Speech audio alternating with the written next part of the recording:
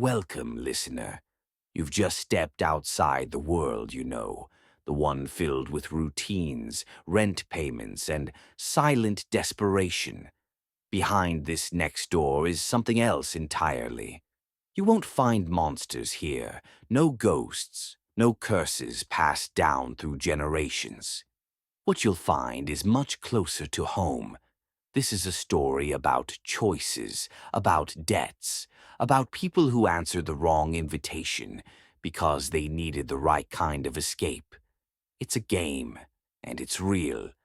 You might recognize the rules, familiar childhood games twisted into something darker. And the prize? It's not just money. It's survival. It's silence. It's the promise that if you walk out alive, maybe you can pretend none of it ever happened, but don't get comfortable. This isn't fiction for everyone. This is for the tired, the cornered, the forgotten. So close your eyes, take a deep breath, and listen closely. Because what you're about to hear could happen anywhere, maybe even to you. Welcome to The Last Move. It started the same way most bad things do, quietly. No fireworks, no eerie music, just a past due bill in the mailbox and a landlord's voice on the other end of the phone saying he couldn't wait anymore. 2 months behind and on rent, 1 week to come up with $1,400 or I was out. I'd already sold what I could, TV, microwave, my dad's old guitar. There wasn't anything left but the clothes on my back and an air mattress with a slow leak. My name's Darren, 35, no kids, no family that speaks to me, and no job. Not since the plant downsized last winter. I spent my days applying to warehouse gigs, lying about my resume, hoping someone would call me back. No one did, not once. That night, I was at a diner, nursing a black coffee I couldn't afford, flipping through job boards on the cracked screen of my phone. That's when I noticed him, buttoned-up guy in a gray suit, too clean for this place. Sitting 2 booths over, watching me over his menu. At first I figured he was a debt collector. I looked away. 10 minutes later, he was still there. I stood up to leave and he was suddenly beside me. "You look like someone who could use a real opportunity," he said. Calm, smooth voice. He handed me a white business card with no name, no logo. Just a phone number and the words, "One game, life-changing prize." I almost tossed it, but I didn't. Maybe it was the way he said it, like he knew something about me. Or maybe I just didn't care anymore. Back in my apartment, I stared at the card until midnight. Then I called. A voice answered. Not a machine. A man. Said his name didn't matter, just that I'd been selected. He asked if I wanted a chance to win $750,000. I asked what the catch was. He said only that I had to play a few games. No upfront fees, no obligations. Just a one-day commitment. Transportation would be arranged. Win, and my debts were gone. I didn't say yes right away. I should have hung up. But I didn't, I said. Fine. When? He told me to be outside my apartment at 7 a.m. Said I'd be picked up and blindfolded for privacy. I didn't sleep. My stomach was a knot of hunger and dread. I showered, put on clean clothes, and waited on the curb. The van came right on time, black, unmarked. 2 guys stepped out. They didn't speak, just handed me a blindfold and opened the door. I got in. We drove for what felt like an hour. I tried to track the turns but gave up. My nerves were shot. When we stopped, they helped me out. Cool air hit my face, cement under my shoes. We walked in silence for maybe 10 steps. Then a door opened and I was pushed gently inside. When they removed the blindfold, I was in a warehouse. Big, windowless, fluorescent lights overhead. Maybe 50 other people stood around, looking just as lost as me. Men, women, all ages. Some in business suits, some in hoodies. No one looked rich, no one smiled. We were told to line up. A voice came through speakers mounted in the corners of the room. Friendly, almost cheerful. Welcome, participants. You've been selected for a series of simple games. Winners advance, losers are eliminated. The last remaining player will receive $750,000 in cash, tax-free. Gasps. Some people clapped. Others looked around like they were waiting for someone to yell, "Prank." Please turn in your phones at the collection table. This is a secure environment. 2 guards in masks stood by a folding table. One held out a bin. People hesitated. I did too. But I followed the herd. Then we were each given matching gray sweatsuits with a number printed on the chest. Mine read 172. The fabric was scratcho. I changed in a portable stall like it was a locker room at a community center. Another voice came over the speaker. Before the real games begin, we'd like to play a warm-up with you. Something small to get to know one another. A section of the wall slid open, revealing a small lounge with folding chairs and vending machines. There were 6 tables set up. At each one sat a man in a gray suit, the same kind as the guy who gave me the card. One of the staff pointed to me and waved me over to table 3. The man sitting there smiled. "This is just for fun," he said. "A test of your instincts. Ever play rock, paper, scissors?" "Sure." "We'll play 3 rounds. If you win 2 out of 3, you gotta get a bonus, $500 in cash. If you lose, nothing happens. Just a warm-up." I nodded. He pulled out a little stack of bills, crisp hundreds. "Real?" We played. First round, I threw rock. He threw scissors. 1 for me. Second round, he threw paper. I threw rock. 1-1. Third round, scissors on scissors. Tie. He smiled and leaned forward. "Tiebreaker." I shrugged. "Sure." I won. Again. Rock over scissors. He handed me the money with a grin. "Use it wisely." I pocketed the cash, walked back to the main room. The others were slowly filtering in too. Some looked happy, some looked shaken. One woman, probably in her 50s, was crying softly near the wall. No one comforted her. A chime sounded from the speaker. "Thank you for participating in the warm-up. Those who earned bonuses may keep them. The first official game will now begin. Please follow the staff through the red doors." They opened automatically. Bright red, metal, like fire exits. We walked through in silence. I felt the weight of the money in my pocket, but also something else. Wrongness. Like I'd just stepped onto a train I couldn't get off. They'd called this the first real game. But something told me the warm-up hadn't been so innocent. That woman hadn't just lost a game. She'd seen something. And I had a feeling I was about to see it too. The red doors shut behind us with a hiss.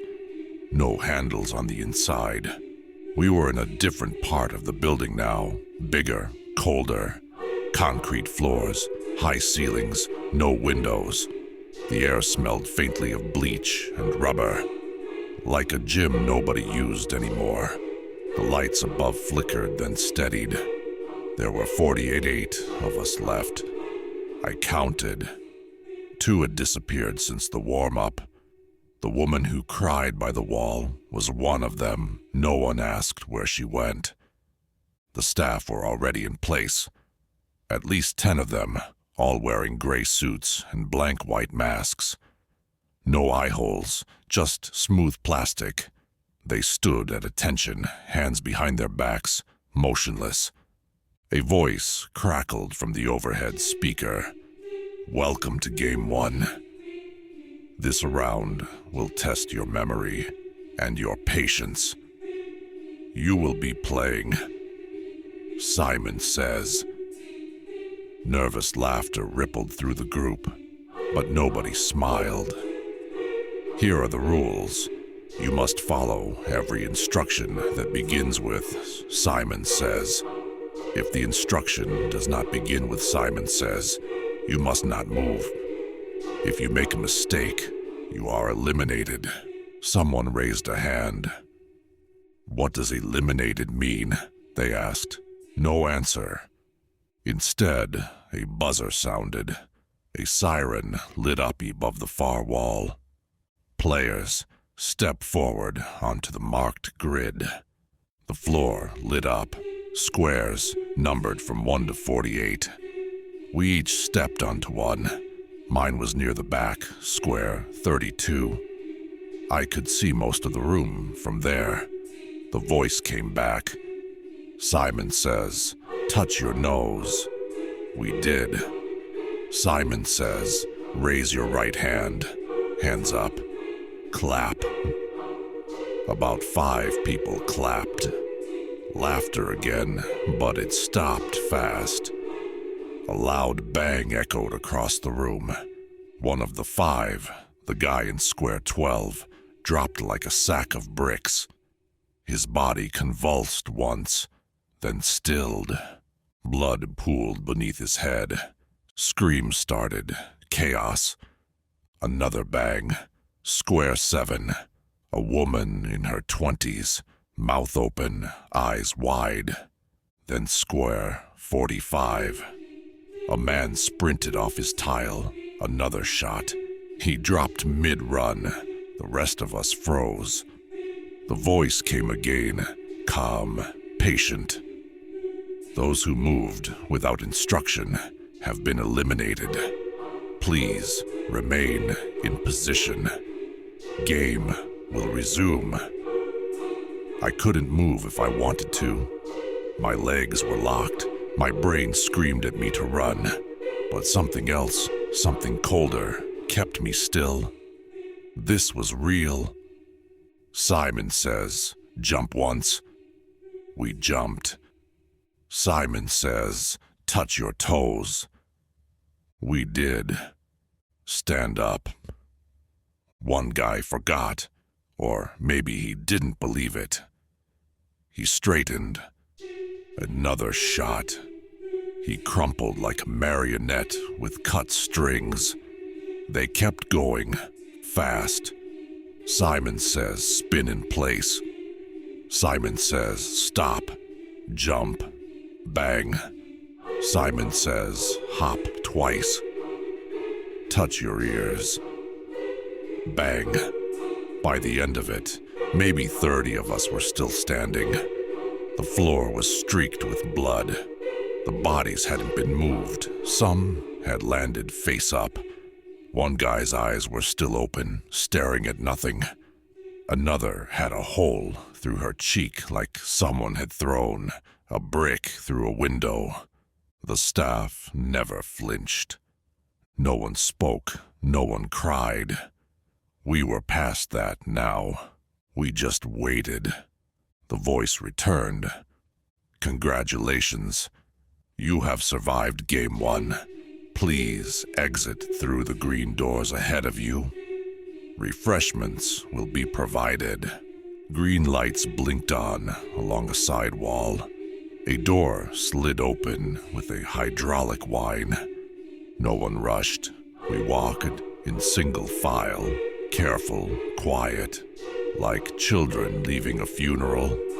Inside was a long hall lined with lockers and benches. Showers ran along one wall. Plastic bags sat on a folding table labeled with each player number. Inside mine were clean clothes, a granola bar, a bottle of water, and a packet of wipes. There was no mirror, just a note taped to the locker. Rest Game 2 begins in 2 hours. I sat on the bench and stared at my hands. They were shaking, but not from cold. I'd seen men die before, once in Afghanistan, a roadside blast, but this was different. This wasn't war. This was a game. I ate the bar, drank the water. My throat was so dry it hurt to swallow. Around me, the others did the same. No one spoke. Eye contact was rare. We were strangers pretending we weren't afraid. One guy, broad-shouldered, shaved head, number 66, spoke quietly after a while. "They're testing us," he said, "like lab rats. See how far we'll go." I nodded. Another voice, female, sharp, cut in. "We already went too far. We should have run after the first shot." No one responded, because we all knew the truth. There was nowhere to run. After the break, they brought us into another room. Smaller, darker. The walls were padded. There were cameras in every corner. Dorm-style bunk beds lined 2 sides. Player 66 sat across from me. "They'll make us fight each other eventually," he said. "It's just how these things go." "These things?" I asked. He shrugged. "This ain't the first I've heard of it. Similar rumors, off-grid games, big payouts. Most people don't survive. But I didn't think it was real until now." A speaker crackled. "Reminder. Any attempt to harm another player outside of designated games will result in immediate elimination." So they were listening. We all lay down, eventually. Lights dimmed. A faint lullaby played through the room. Something distorted and slow, almost like a music box winding down. I didn't sleep. No one did. We were waiting for whatever came next, and we all knew it wouldn't be better than the last. The lights snapped on at exactly 7 a.m. No warning, just harsh white beams burning through the dark like a prison spotlight. A voice followed, not cheerful this time. Cold, robotic. "Good morning, players. Prepare for Game 2. Please proceed to the staging area." No one spoke. No one groaned. We just stood up. I counted again. 27 of us remained. Player 66 stood beside me, his jaw tight. "Told you," he muttered. "They're cutting us down by half each round." We walked single file down a hallway that had definitely changed overnight. The walls looked newer, cleaner, like a fake hospital. No windows, but now there were posters, black and white images of kids playing hopscotch, swinging jump ropes, tossing jacks. The game wasn't hiding its theme anymore. We entered a long, narrow room with 4 square zones taped out on the floor. Each corner had a color, red, green, blue, yellow. Above us, more cameras, the kind that rotated to follow your movements. In the middle of the ceiling, A speaker clicked. "Welcome to Game 2. Today you'll play an American classic, Four Corners." Someone near the back gasped. Another guy laughed just once, but stopped when no one joined him. The voice continued. "There are 4 corners. At the sound of the chime, you will each choose one. Once all players are in a corner, a random number generator will select a losing corner. All players in that corner will be eliminated. The process repeats until 12 remain. That meant at least 15 would die today. If you refuse to choose a corner in time, you will be eliminated. If you attempt to interfere with another player's decision, you will be eliminated. You have 30 seconds per round." We all stood frozen. "Begin." A countdown appeared on a screen above the floor. 30 seconds. We scattered. Some ran, some walked. I hesitated, then followed player 66 toward the red corner. We weren't the only ones. 4 others joined us. Blue had 5, green had 6, yellow 12. The chime sounded. We held our breath. The number appeared. 4. Yellow corner. A sharp, metallic clank echoed from the walls. A second later, the floor beneath the yellow square dropped out. Just gone. The 12 people standing there fell straight through. Screams echoed, then stopped suddenly. Too suddenly. A mechanical whirring sound followed. Then silence. No blood, no floor. Just nothing. Round 2. Begin. Another countdown. I didn't move. Neither did 66. 2 people ran to green, 5 to blue. 8 went red. The rest, 10 of us, chose green. I followed instinct and bolted to blue. The chime. Second green corner. Gone. Every single one of them disappeared. That fast.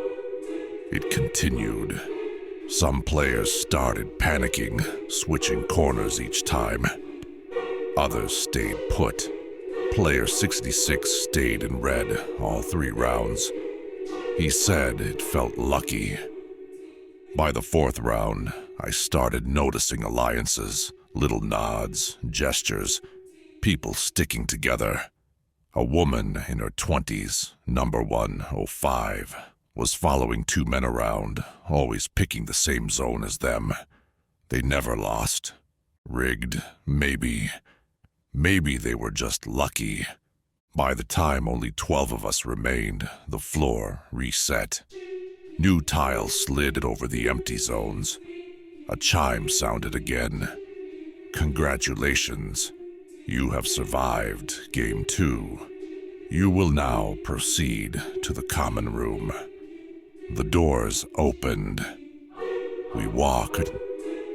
This time, the common room was bigger, nicer, sofas, a mini fridge, working showers, even a chessboard. Some tried to rest. Some paced. Others sat with their backs to the wall, eyes scanning everyone else like predators. That's when the next twist came. A flat screen on the wall lit up. A live feed. 2 men fighting. The camera zoomed in. It was player 119 and player 80. 119 was bleeding from his mouth, breathing hard. Then the speaker crackled. Player 80 attempted to eliminate another participant outside of a sanctioned game. A loud bang followed. 80 dropped. right on camera. Dead. The room went still. The voice returned. Players are reminded that all violence outside of sanctioned games is forbidden. However, beginning tonight, theft and sabotage are now permitted during rest periods. Someone cursed. Player 60s has leaned in. They are turning us into animals. I looked around. There were fewer smiles now, less trust. Everyone was watching everyone else. That night no one slept. Some took turns keeping watch. Others kept to their bunks and clutched their bags like lifelines. I tied my shoes to my wrist with the drawstring from my pants. If someone tried to take them, they'd have to wake me. At around 3 a.m. I heard shuffling, quiet, deliberate. A hand reached under my bunk. I kicked. Hard. Whoever it was grunted and backed off. No one said a word. No one got up to help. We were on our own now. The next morning, we were brought back into the main room. The blood had been cleaned. Everything smelled like disinfectant and lemon. 27 had become 12. We were lined up again. Player 105 was still there. So was 66. A boy, barely 18, stood shaking next to me. His eyes were red. The speaker spoke. Congratulations. The next round will test your strength and decision-making. Please enjoy breakfast. Game 3 begins in 1 hour. On the tables were trays, eggs, toast, bottled water, real food. No one touched it at first. Then one person did. Then another. We all ate in silence. Not because we were grateful. Because we didn't know when we'd eat again. And because we all knew this next game, it wasn't going to be random. It was going to be personal. The hour passed like a funeral march. We were moved again, this time to a stairwell that led down into the basement level. The air changed. It got colder, damp. The lights flickered more often. The paint on the walls was peeling, and the floor sloped just enough to notice. We stopped outside a massive locked door. When it opened, the room inside wasn't what I expected. It looked like a playground. Rusted monkey bars, a teeter-totter, 2 tetherballs hanging limply from frayed cords, and at the far end of the room, an enormous sandbox ringed by tires. Every piece of equipment was human-sized, adult-sized. In the center of the sandbox stood a structure made of scaffolding and rope ladders, 3 levels tall, a platform at the top with red buttons mounted to railings. Above us, the speaker crackled to life. Welcome to Game 3. We all stood still, shoes sinking slightly into the gritty floor. This game is called King of the Castle. Each of you will begin at the base of the structure. You must reach the top and press one of the red buttons. There are only 6 buttons. Once they're all pressed, the round ends. That meant 6 of us would survive. The other 6 wouldn't. To eliminate another player, you must knock them completely off the structure. Anyone who touches the ground after the start signal is disqualified. There are no safety nets. Proceed as you see fit. My chest tightened. This wasn't about luck anymore. This was a fight. Players, take your places. We stepped into the sand, forming a loose circle around the base. I glanced around. Player 105 flexed her hands and rolled her neck. Player 66 stared at the top level, like he was already climbing. The youngest one, the kid, he was shaking again. Didn't know his number. I didn't know any names. The speaker beeped. Begin. What followed was chaos. People sprinted, shoved, scrambled. The scaffolding groaned as bodies climbed over each other. Metal bars shook. A man slipped off the first rung, hit the ground hard. Disqualified. No second chances. I climbed fast and got to the second level before someone grabbed my ankle.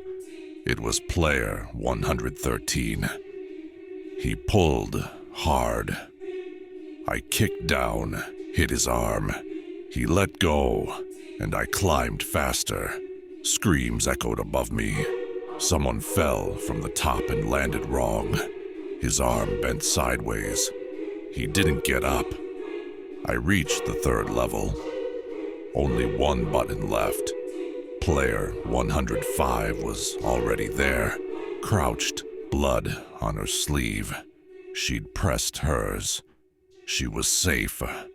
The last button was 6 feet away, across a beam. I started to war it, then saw player 66. He was coming up fast, bleeding from his nose, wild-eyed. We locked eyes. Only one of us would get it. He charged. I ducked under the beam and lunged forward, using my shoulder to knock him sideways. He stumbled, but didn't fall. He swung. I blocked with my forearm. The pain was sharp and immediate. I swung back. We struggled on the narrow beam, our shoes slipping on the dusted metal. Then I made the move. I stepped in, grabbed his jacket, threw all my weight forward. He lost his footing, tried to grab the beam, missed. He hit the sand below with a sickening thud. I stood panting, pressed the last button. A siren sounded. The game was over. Guards rushed in from side doors, pulling the disqualified bodies away. Some groaned, some didn't. The 6 of us left were ushered into a corridor that smelled like mold and copper. We sat on benches against the wall. A medic dabbed a cut on my temple. No one talked. Eventually, the speaker returned. You have survived Game 3. You may rest. Game 4 will commence tomorrow. We were brought back to the dorm room. Smaller now. Only 6 beds. They gave us dinner, mashed potatoes, a piece of chicken, a bottle of water. I ate in silence, watching the others. Player 105 sat across from me, head down, moving food without eating. The kid was still alive. So was one of the men who hadn't spoken all day. He looked military, cold. After dinner, the screen on the wall lit up again. It showed a clip. Player 66. My fight with him, in slow motion. Me pushing him falling. Then it cut to his face, moments before. He'd been smiling, not aggressive, not wild-eyed, just calm. The screen faded to black. Underneath, text appeared. Player 172. Last elimination. The room went quiet. The others looked at me differently now. Even though the game made me do it, I'd killed someone. We all had. We just hadn't admitted it yet. That night, there were no rules about sabotage, no announcements, no warnings, just silence. I didn't sleep. The lights dimmed, but I stayed sitting up, back against the cold wall. At some point, I heard movement, soft steps, breathing. I pretended to be asleep. A shadow leaned over my bed, then backed off. Morning came, and we were still 6. But something had changed in the air. The alliances were gone. No more teamwork, only the prize. And the price. When the lights came on, no music played, no announcement. Just silence. We dressed without speaking. 6 of us left. No alliances, no plans, only tension, raw and sharp. I noticed someone's tray from dinner was still full. Untouched, the chicken had gone cold and shiny under the light. At 8 a.m., the door opened. 2 guards in gray suits motioned us out. We followed them down a hallway none of us had seen before. No cameras on the walls, no fake posters, just steel, bare, industrial. Eventually, we stopped in front of a black door with a single word painted across it in white block letters. Final. The speaker crackled. Congratulations. You've reached the last round. One of you will win. The rest will be eliminated. The door opened.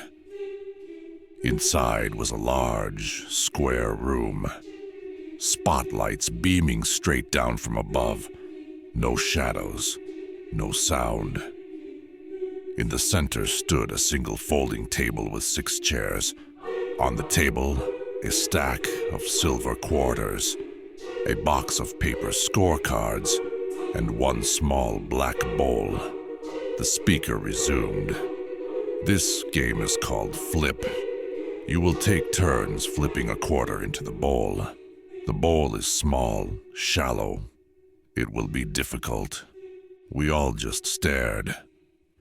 If your quarter lands in the bowl, you earn a point. If it bounces out or misses entirely, you earn nothing. First to 3 points wins. A long pause.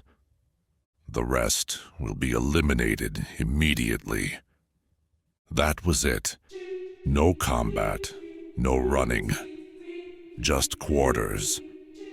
But the stakes couldn't have been higher. Please take your seats. We sat. I could feel the tension radiating from the others. It wasn't just the pressure. It was the math. 5 people would die. 1 would walk out. The kid sat beside me, his hands trembling in his lap. Player 105 across the table, jaw set, eyes locked forward. The military guy cracked his neck, reached for the quarters. Flip order is randomized. The overhead screen blinked to life. Names, numbers. A roulette-style wheel spun, then stopped. First, player 89. The kid. He stood, grabbed a quarter. His hands were shaking so bad it almost slipped from his grip. He stepped forward, took aim, flipped.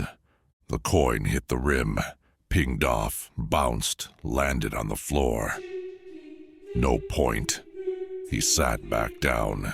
Next, player 105. She didn't hesitate, picked up a coin, flipped it with a clean wrist snap. It arced high, too high, then clanged off the table. Miss it in me. I stood. My legs were stiff. I took a deep breath and flipped. The coin spun through the air, clean, centered, and hit the inside of the bowl. It wobbled, then stayed. Point 1. A chime sounded.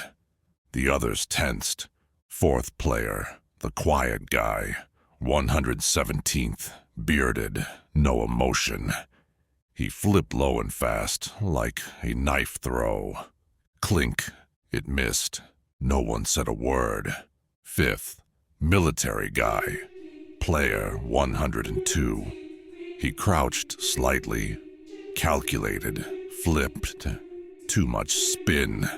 It hit the edge, bounced back toward him. Nothing. Last. A woman I barely remembered. Player 161. She was sweating through her shirt, pale. She flipped hard, too hard. It hit the bowl dead center, but jumped out. Groans. Round 2 began. One by one, we flipped. The kid missed again. So did 105. Missed mine. Overshot. 117 landed one. Ding. His first point. Next round, 105 scored.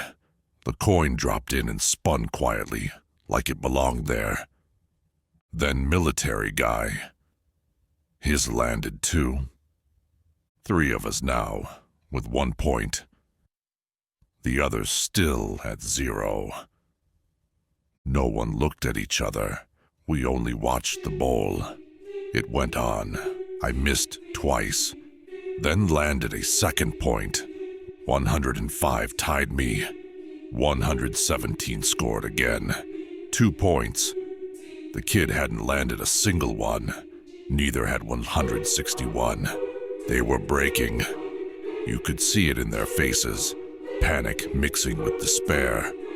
In round 6 it happened. The kid flipped. It bounced off the bowl. He sighed and stepped back. But 161, she froze. She didn't move. The timer on the screen ticked down from 10-9. Still nothing. At 3 seconds, she lifted her arm. Too late. The buzzer sounded. 2 guards entered. No warning. She screamed, backed away. They shot her on the spot. Blood sprayed across the table. The kid screamed and ran. Shot, mid-step. 2 gone. 4 of these remained.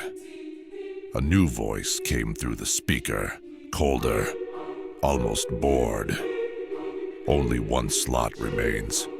Next player to reach 3 points wins. I had 2. So did 117. 105 had 1.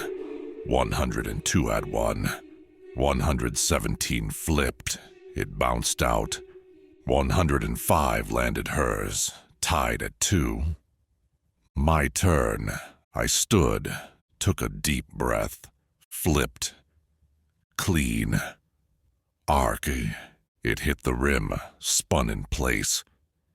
Held. Then rolled out. No point. I sat, numb. 102 flipped. Miss another round. 117 dash miss. 105 dash miss. My turn again. I flipped. It dropped in. Stayed. 3 points. A siren blared. Lights flashed red. The guards entered. 117 lunged for me. He was shot mid-stride. Blood splattered my shoulder. 105 stood slowly. She didn't fight. She didn't cry. She just looked at me, nodded once, and turned her head as the guard raised his gun. Her body crumpled like the others. 102 never moved, never looked away. The gunshot echoed across the room. Then silence. Just me, covered in blood, breathing hard. The screen on the wall went dark. Then a single word appeared. Winner. A door opened behind me. Daylight poured in. Real daylight. I stepped forward. The sun hit my eyes. I squinted. A black SUV waited by the curb. The man from the diner was leaning against it. Gray suit, same smile. He handed me a duffel bag, heavy, stuffed. "Your prize," he said. "We'll be in touch." I didn't answer. He opened the door. I got in. As the SUV pulled away, I looked back at the building. No signs, no name. Just concrete and shadows. I looked at the bag. $750,000 in cash. No strings except the ones I'd carry for the rest of my life. And so the last move has been made. Our player walks away. Richer, yes, but never truly free. Because the game doesn't end when the last body hits the floor. It lingers, in the quiet moments, in the silences between breaths, in the weight of blood money that no amount of washing will ever clean. You may think he won. He survived, after all, but what he carries now will follow him for the rest of his days. You see, this wasn't a story about luck, or even strategy. It was about limits, what we're willing to do, who we're willing to become, when survival is the only rule. There will be another game. There always is. New players, new corners, new rules twisted from playground dust and desperate hands. And maybe, just maybe, you'll get your invitation too. It might come tucked inside a diner napkin, or whispered by someone you almost didn't notice. Or maybe, just maybe, it already has. But don't worry. If you've been listening closely, you already know what to do. Rip up the card, walk away, and try, just try, to sleep. Because until the next round begins, the bowl is empty, the lights are off, and the game is watching.